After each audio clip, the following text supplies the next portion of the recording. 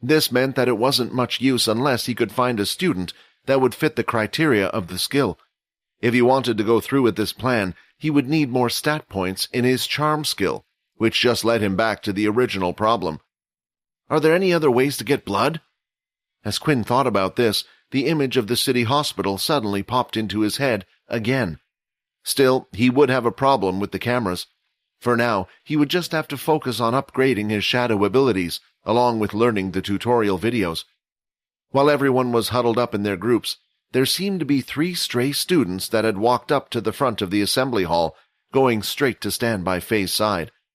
As she looked into the crowd of people, she started to look at each of the groups. Every single one of them was already filled with 5 people.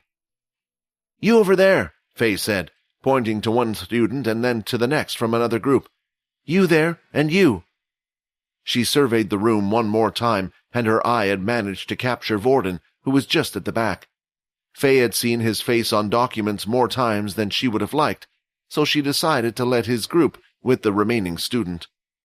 "And you can head to those at the back," she said. The others were too preoccupied with their conversations, busy talking about what they might expect to find in an orange portal planet. Vorden was the one with the most knowledge in the group, and he was saying how it varied from place to place. The orange portal was amidst 2 stages. Once the whole planet had been explored, they would use the information that they had gathered to update its status to green or red. Although it was usually a task that would take a few months to accomplish, it was unlikely they would be able to get much done. Just then, a voice echoed loudly within the hall. "Hello?" Sia said as she entered the circle. She then turned her head towards Vorden and started to wave her hand in front of the young man's face. "You!" Vorden replied, shocked that he saw Sia. "What are you doing here? Look, I'm not interested." "Well, that's a shame, but it looks like you're stuck with me," Sia replied. She then glanced at Layla and gave her a wave too. Meanwhile, Quinn became curious about what was happening, so he decided to inquire, "What do you mean?" "Sergeant Faye has asked me to join your team. You see, the team I was in before, well, it turns out that 3 of them were part of Pure, so the 2 of us had no other groups to go to. That is the reason why Faye told me to go with you guys," Sia explained. This was unexpected and a little bit annoying, Quinn thought, as he prevented his emotion from showing. Right now, everyone in their team knew of each other's abilities. However, Sia knew nothing. She didn't know that Layla was part of Pure, Quinn and Fex were vampires, and Peter's identity. If she was to join the team, it would only slow them down. Sia then looked at each of the members. "So I'm already acquainted with the hottie and puppy eyes over there," she said, referring to both Vorden and Layla. "But what about the rest of you?" She gave them an intense stare, and it seemed like they were a very strange bunch for the young lady. Then she pointed at each one of them as she continued to provide them with nicknames.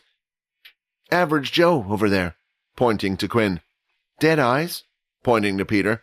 And, when she got to Fex, she paused slightly.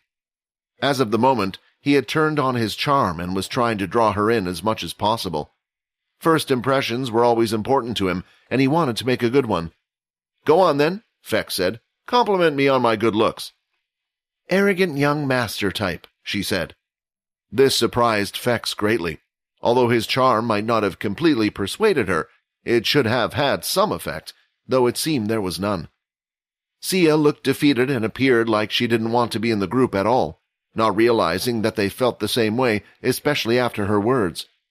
"Well, we better get to introducing everyone then.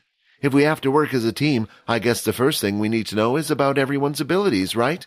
Sia asked. When the question asking about their abilities arose, everyone in the circle was a bit hesitant to answer.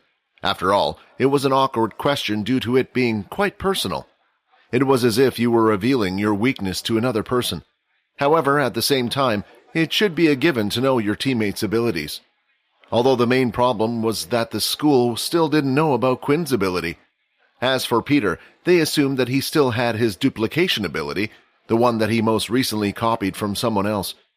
"I don't have an ability," Quinn quickly answered, all the while he lifted up his wristwatch to show Sia that he was a level 1.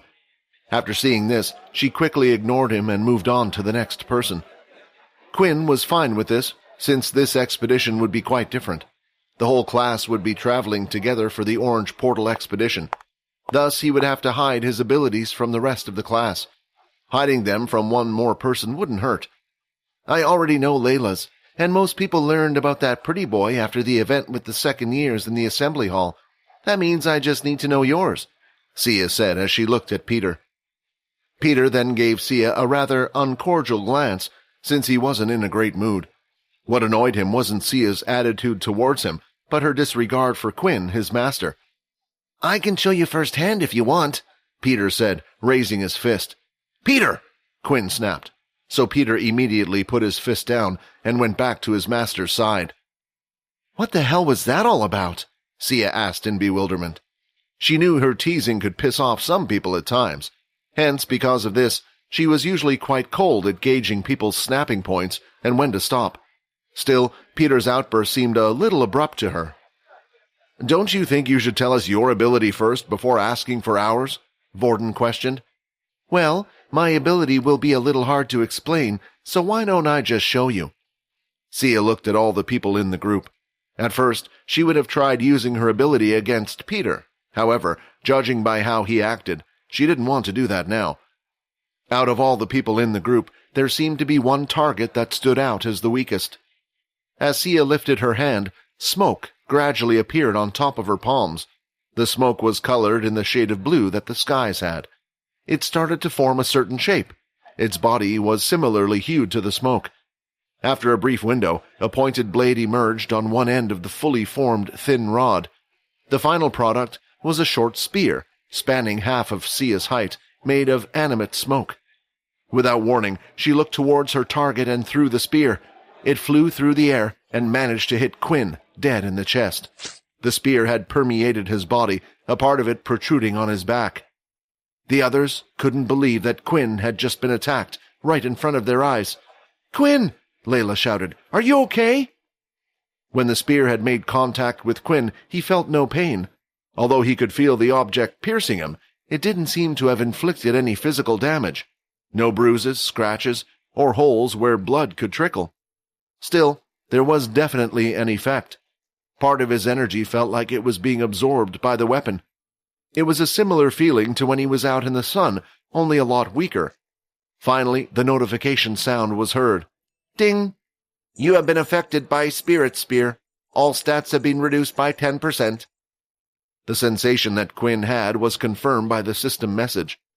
Peter was outraged. He had a strong urge to lash out at Sia, but suddenly he could feel an intense amount of pressure burning the side of his body. It was Quinn. Hi, Quinn here. Wondering what happens next? If you want to jump the queue and unleash all episodes, click on the link here and install the Pocket FM app.